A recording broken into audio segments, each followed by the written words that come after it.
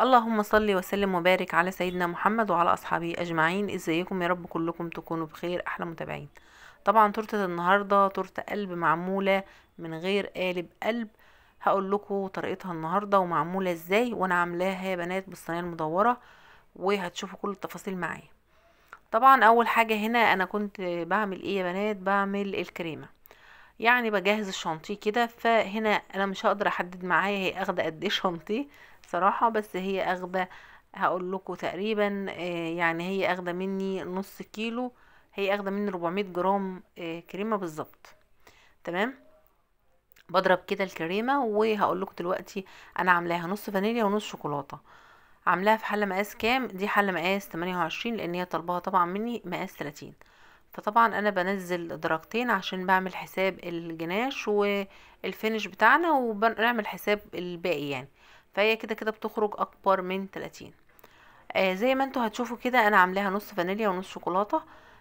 زي ما انتوا هقولكوا كده المقادير دي يا بنات. انا عامله هنا اللهم صل على سيدنا محمد.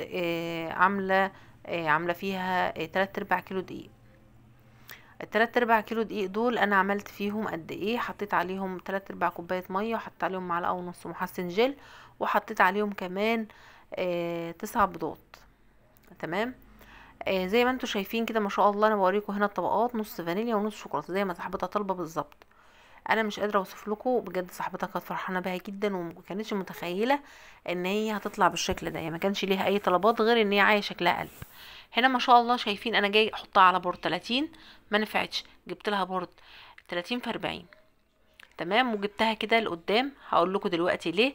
طبعا اللي متابعين قناتي عارفين انا هعمل ايه، يعني انا عملت قبل كده تورته القلب معاهم كتير، فاكيد هم عارفين انا هعمل ايه. طبعا زي ما انتوا شايفين كده انا هعمل ايه دلوقتي. انا بحشي كده التورته، بحط كده شانتيه فانيليا وشانتيه شوكولاته، وطبعا بحط نوتيلا ابيض ونوتيلا بني، الوايت صوص الابيض والنوتيلا البني، وبحط شوكولاته شيبس. وكمان هحط كده المكسرات بتاعتنا يا بنات، ما تبقاش مطحونه قوي. تمام. والسيرب بتاعي ما بسقيش سيرب كتير، السيرب يكون اهم حاجه خفيف كده. وبكرر نفس الحكايه بالشكل ده. هي معايا هنا 3 طبقات. انا بقيت بخلي سمك الكيك يا بنات 9 سنتي، يعني بزوده مش بخليه ارفع، يعني بخليه 8 سنتي، بخليه يعني ايه، خليته سميك شويه. تمام. وبحط كده زي ما انتوا شايفين النوتيلا تاني، الوايت صوص والنوتيلا البني والمكسرات برضو. هنحط كمان شوكولاته. كمان هنا انا حاطه شوكولاته كادبوري في النص. تمام. وهنا كده بساوي كده التورتيه بتاعتي بالشكل ده كده، علشان انا عايزه اقطعها، وهوريكم هعملها ازاي. مش هدخلها التلاجة ولا حاجه غير لما اعملها على شكل قلب واجلسها زي ما انتوا هتشوفوا كده معايا دلوقتي. انا بجلس اللي من جوه بالشكل ده، وبجلس اللي من بره، علشان انا عايزه اوريكم انا وانا بقصها بتكون ازاي، عشان تعملي شكل قلب بمنتهى السهوله. تمام. زي ما انتوا هتشوفوا كده معايا بنات هيطلع معاكي مظبوط 10/10. انا باجي بعلم كده، شايفين علامه الفي بالظبط من نص التورتايه، وباجي هنا بقصها بالشكل ده كده، باخدها على البورد وببتدي احطها بالشكل ده كده. شايفين بتبقى في منتهى السهوله معاكي، شايفين. وهاخد الجنب التاني كذلك، الجنب الشوكولاته على جنب الشوكولاته، والجنب الفانيليا على جنب الفانيليا. تمام. قلب ولا مش قلب؟ ده قلب وزي الفل. هنعمل كمان هنا ايه؟ هعمل نص القلب نص فانيليا ونص شوكولاته زي ما انتوا شايفين كده. هبتدي اجلس بقى واظبط الدنيا بتاعتي علشان يطلع معايا شكل القلب مظبوط. البورد ما شاء الله اللهم بارك، هي هنا طالعه اكتر من 30، لان هي طبعا ما نفعتش تتحط على بورد 30. وزي ما قلت لكم هي مقاس الكيك هنا 28، فمش هينفع ان هي تتحط على بورد 30 خالص. لو كانت مدوره كانت تنفع، لكن هي طبعا ما شاء الله هي بقت قلب، فمش هتنفع ان هي تبقى مدوره تتحط على نفس البورد مقاس 30. هبتدي كده اجلسها طبعا بالشنطيه بتاعنا زي ما انتوا شايفين كده، وبظبط الدنيا علشان انا بقى عايزه اطلعها بقى شكلها ايه، يكون واو، يعني شكلها يكون حلو قوي تعجب صاحبتها. هي قالت لي انا هسيب كل حاجه لذوقك انتي، وانا واثقه فيكي. قلت لها اوكي مفيش مشكله. فطبعا كان لازم ان انا ابهرها بشكل التورتايه، وبجد طلعت شكلها حلو قوي زي ما انتوا شفتوا كده في اول الفيديو. وهوريكم كمان شكلها ان شاء الله يعجبكم كده في اخر الفيديو. بجلس كده بالسكرابر، وبحاول كده يا بنات يعني لو في حتة فيها حسيت ان هي التجليسة بتاعتها مش قد كده برجع اجلس تاني، يعني بساوي الوش بتاعها بالشكل ده كده. تمام. ومن قدام برضو بسويها بالشكل ده. باجي هنا بقى جنب اللي هو الشوكولاتة بسويه برضو بالشكل ده كده، وبساوي من ورا لو في اي حتة فيها بحس ان هي مفيهاش كريمة واضحة، يعني الكريمة بحس ان كيك باين برجع بحط لها كريمة تاني. اهم حاجة وانتي بتجلسي ايدك تكون كده خفيفة. باجي كده بالسكرابر تمام اللي هو المشط ده، وببتدي اعمل منه خطوط كده، بس بحس ان يعني ايه، حسيت ان في جنب عالي وجنب واطي، فرجعت ايه حطيت تاني كريمة وبساوي كده زي ما انتم شايفين. ما شاء الله يا بنات، هي كانت بجد طلعت تحفة، يعني عارفين التصوير ظالمها، هي احلى من كده بكتير يعني. زي ما انتم شايفين ادي كده الجنب اللي هو الابيض، ودلوقتي ده جنب الشوكولاتة. بساوي بين هنا وبين هنا بحيث ان الاتنين يكون شكلهم حلو قوي وشكلهم جميل. تمام. ده دلوقتي كده الشكل اللي هو الفانيلي الشوكولاتة، حسيت ان هو كده المشرشر بتاعه مش واضح معايا، فابتديت ان انا حطيت كريمة تاني وابتديت ان انا اسوي تاني. تمام. دلوقتي بقى هنعمل ايه، هنبتدي نشتغل فيها، وهساوي بقى لو في اي حاجة فوق بسويها بالشكل ده يا بنات. يعني بسوي اي حاجة، يعني لو لقيتي حاجة مثلا ايه طالعة شوية كده بسويها.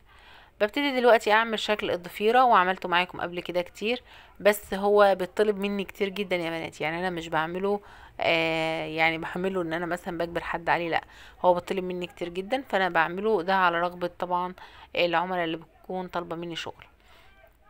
بعمل كده واحدة راحة واحدة جاية. وبرضو للمعلومة برضو التب ده يا بنات بيكون تب اللي هو البتفور او بلح الشام، بس ده اصغر شوية من الاتنين.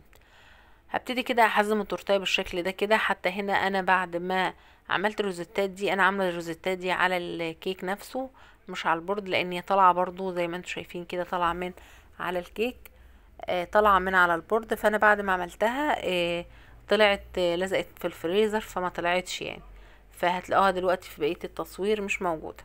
هدخلها هنا بقى الفريزر شويه لغايه ما تشد كده. وهنا بعد بقى ما طلعت من الفريزر انا بقى هنا عايزه ارسم رسمه حلوه في النص، فهنا هحط كده الوايت صوص الاول اللي هو الابيض بالشكل اللي انتوا شايفينه ده كده. تمام. الصوص الابيض كده احطه كده هنا، وبعمل الدريبات الاول يا بنات، وبعد كده اقوم عامله ايه، اقوم عامله ببتدي كده احط بقى الوايت صوص كده زي ما انتوا شايفين. ودلوقتي بقى يا بنات هكمل بقى بقية تفاصيل التورتايه معانا زي ما انتوا هتشوفوا كده. طبعا لما بتحطي اي صوص بتحطيه وتكوني عامله الروزيتات قبل ما تحطي الصوص، طبعا ده احسن بكتير. طبعا لو حطيت الصوص الاول ورجعتي حطيتي عليه رسمتي عليه الروزيتات هتبصي تلاقي الروزيتات وقعت. ده يعني بصوا احسن واسلم طريق ان انتوا تحطوا فيه تعملوا الدرباء تعملوا روزيتات، وبعد كده حطوا بقى الصوص زي ما انتوا عايزين. الكريمة على الكريمة هتلزق طبعا، انما لما تحطي ده على ده هتبص تلاقي الدنيا يعني مبقتش مظبوطة، وتبص تلاقي الشوكولاتة نزلت منك والدنيا مبقتش مظبوطة خالص، يعني مش هيبقى ثابتة معاكي خالص. حطيت كده النوتيلا البني بالشكل ده كده، شايفين ما شاء الله شكلها حلو قوي. دخلتها بقى التلاجة علشان انا عايزة الاتنين يجمدوا، يعني عايزة الصوص والصوص يجمدوا، هما فعلا جمدوا قوي. وبعد كده جبت كده في كيس حلواني حطيت فيه مربى حليب، وابتديت ان انا اعمل روزيتات بالشكل اللي انتوا شايفينه ده كده.